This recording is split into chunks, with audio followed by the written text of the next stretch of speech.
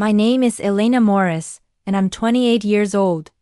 And I didn't realize it then, but last Thanksgiving would quietly become the moment my family confirmed something I had tried my whole life not to believe. I wasn't really one of them. Not fully. Not anymore. It started with a phone call.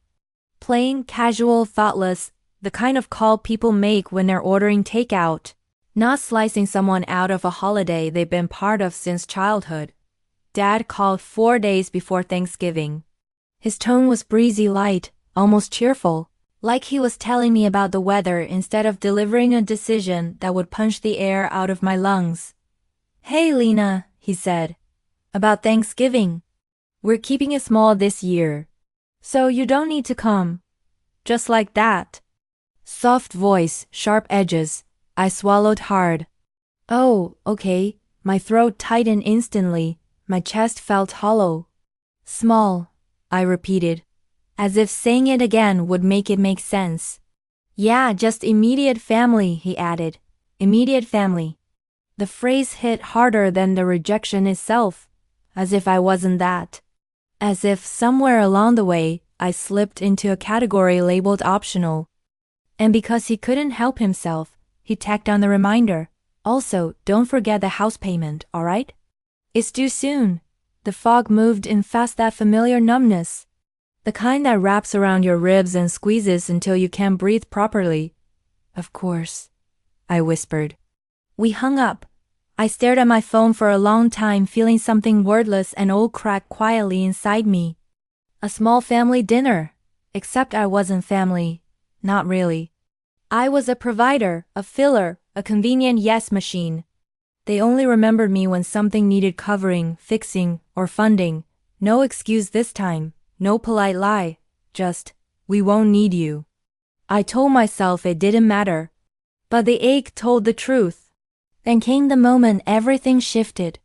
3 days after that careless phone call, I was sitting in the staff lounge during my break, sipping coffee so bitter it tasted like punishment, scrolling through my phone without thinking, just trying to get through another day. And then a photo filled my screen, bright, warm, impossibly cheerful. For a second I actually blinked, convinced I was imagining it. But it stayed, glowing like it had been designed to hurt. My family's living room. The long wooden table polished to a shine. A huge turkey, mashed potatoes, cranberry sauce, candles, wine glasses, perfect. My mom's head thrown back in laughter. Dad leaning towards something off camera, grinning. My aunt and uncle raising glasses. Even the neighbors, comfortably wedged into the scene like honorary relatives. Everyone was there. Everyone except me. My breath stuttered, sharp and uneven. For a moment, I thought it was a picture from a different year, maybe something I'd forgotten. But then I saw the caption. Thankful for family. Grateful for everyone who made it. Everyone. That single word cut deeper than any sentence ever could. I didn't call. I didn't text. I didn't react at all. I just stared at their smiling faces as something ancient inside me, something hurt and neglected, broke open again. By the next morning, the hurt had drained, leaving only emptiness. At 7:41 a.m., my phone buzzed with a message from Dad. "Hey Lena, just making sure you're still covering the mortgage this month. Due in a couple days." Not a question, a reminder. A command packaged as routine responsibility. I typed, "Absolutely." Then without hesitation, I opened my banking app and canceled the payment. One tap, one quiet act of rebellion. One breath of freedom. For hours nothing happened, then the wildfire began. 1 call, 3, 5, 12, 28. By evening, 53 missed calls lit up my screen like a frantic alarm. All from them. I didn't answer a single one. I didn't need to. They felt their safety net snapping. The next morning, Dad's panic escalated. "This is serious. Call me, we're overdue." No greeting. No concern. Just fear not of losing me but of losing the money. I let it sit unread. Minutes later, Mom's shaky voicemail arrived. "Sweetheart, the mortgage." "My card," Something's wrong. Can you fix this? Once upon a time that tone would have crushed me, not anymore. Around noon, the family group chat exploded. Sarah, you're doing this because you're mad. Me. What exactly did I do? Sarah, my car payment is overdue. They're threatening repossession. Maybe try making a payment for once. Silence. Then a private message dripping with jealousy and bitterness. You were always jealous of me. Mom and Dad loved me more. The absurdity of it didn't hurt, it clarified. It exposed years of favoritism, years of being the wallet, the safety valve, the outsider wearing a daughter's costume. Scrolling her profile showed vacations, dinners, birthdays, every celebration I was never invited to. Then I saw it. Family is everything. So grateful to have real family around. That word again, real, and apparently I wasn't included. I remembered Mrs. Carmichael, the neighbor who photographed every event like she was documenting a historical archive. I messaged her. Within minutes, she sent 7 photos from that Thanksgiving, all perfect, all joyful, all showing a complete family and me, deliberately absent. I chose one and sent it to my mother with a single line.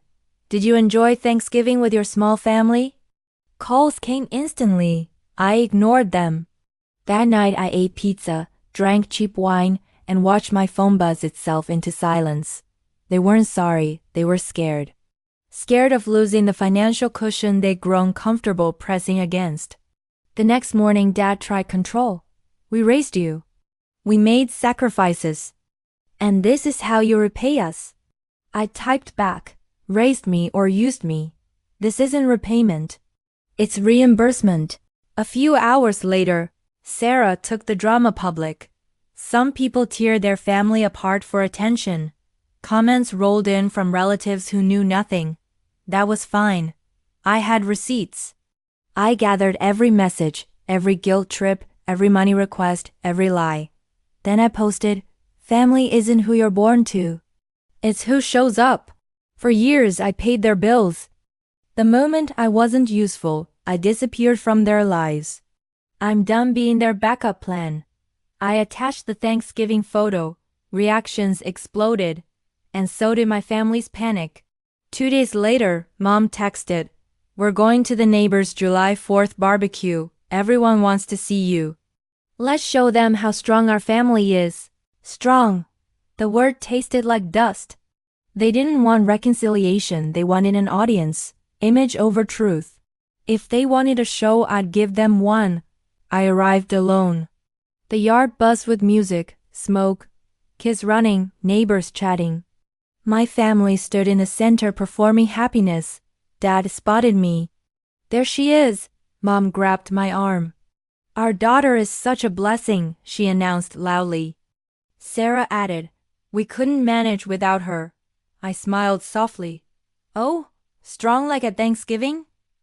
The air froze. Mom's grip tightened. Dad's jaw clenched. Sarah's eyes filled with fire. Lena, Dad hissed, not here. Here is perfect, I said. I raised my phone. Maybe explain how I paid $2,900 a month for your house for almost 3 years? Gasps. Mom's face drained of color. And Mom, your $3,700 card? And Sarah, your shiny SUV? Is being repossessed. You've lost your mind, Sarah spat.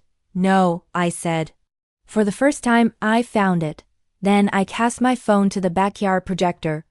The giant screen lit up with everything. The Thanksgiving photo without me, the messages, the demands, the guilt, the bank screenshots, the receipts, every lie, every manipulation. Dad lunged for the projector. Turn this off. I stepped back. No, not anymore. Whispers rolled through the yard. She paid their mortgage? They excluded her? What kind of parents do that? My family screamed, panicked, humiliated. I stood calm. I'm done, I said. And I walked away. The consequences hit them fast: foreclosure notices, overdrafts, frozen cars, repossessions, whispers, a viral post, and more truth than they could hide from. And while they spiraled, I rebuilt. One night, rain poured outside as soft knocks echoed on my door. Mom, Dad, and Sarah stood there soaked and defeated. "We're sorry," Dad whispered. "We lost everything," Sarah added. "We need you." I met their eyes and saw years of taking. "You didn't care when you had me. You only care now that you lost what you used." Then I closed the door, slowly, quietly, completely. They didn't knock again. Weeks later, I saw Mom outside a small bakery. She looked different, smaller, dimmer, like life had finally stopped protecting her from the consequences she'd spent years avoiding. She didn't rush toward me, didn't fake a smile, didn't pretend everything was normal. She just stood there, holding a bag of bread like it weighed more than she did. When our eyes met, something in her face softened, then broke. She stepped closer, hesitating as if she wasn't sure she had the right anymore. "I hope one day you heal from what we did," she said quietly. "You didn't deserve any of it." I held her gaze, steady and calm. "I'm healing," I said. "But not for you." "For me," she nodded, blinking rapidly to keep the tears from spilling. For the first time in my life, she didn't try to defend herself, didn't try to twist the truth, didn't try to make me feel guilty. She just stepped aside, giving me space she had never given me when I needed it most. I walked past her without looking back. Now my mornings are quiet in ways I didn't know were possible. There's no buzzing phone demanding money, no guilt spirals tightening around my chest, no constant fear of disappointing people who never chose me in the first place. Just sunlight drifting through the curtains, the gentle hum of my own breathing, and the steady rhythm of a life that finally belongs to me. There's peace in the silence. There's freedom in the stillness. There's strength in the space I've reclaimed. And each day I wake up without their chaos, without their noise, without their demands, I learn something new about myself. Independence isn't loud. It isn't dramatic. It isn't a declaration shouted into the world. It's the quiet knowledge that I survived them. And I don't owe them anything anymore.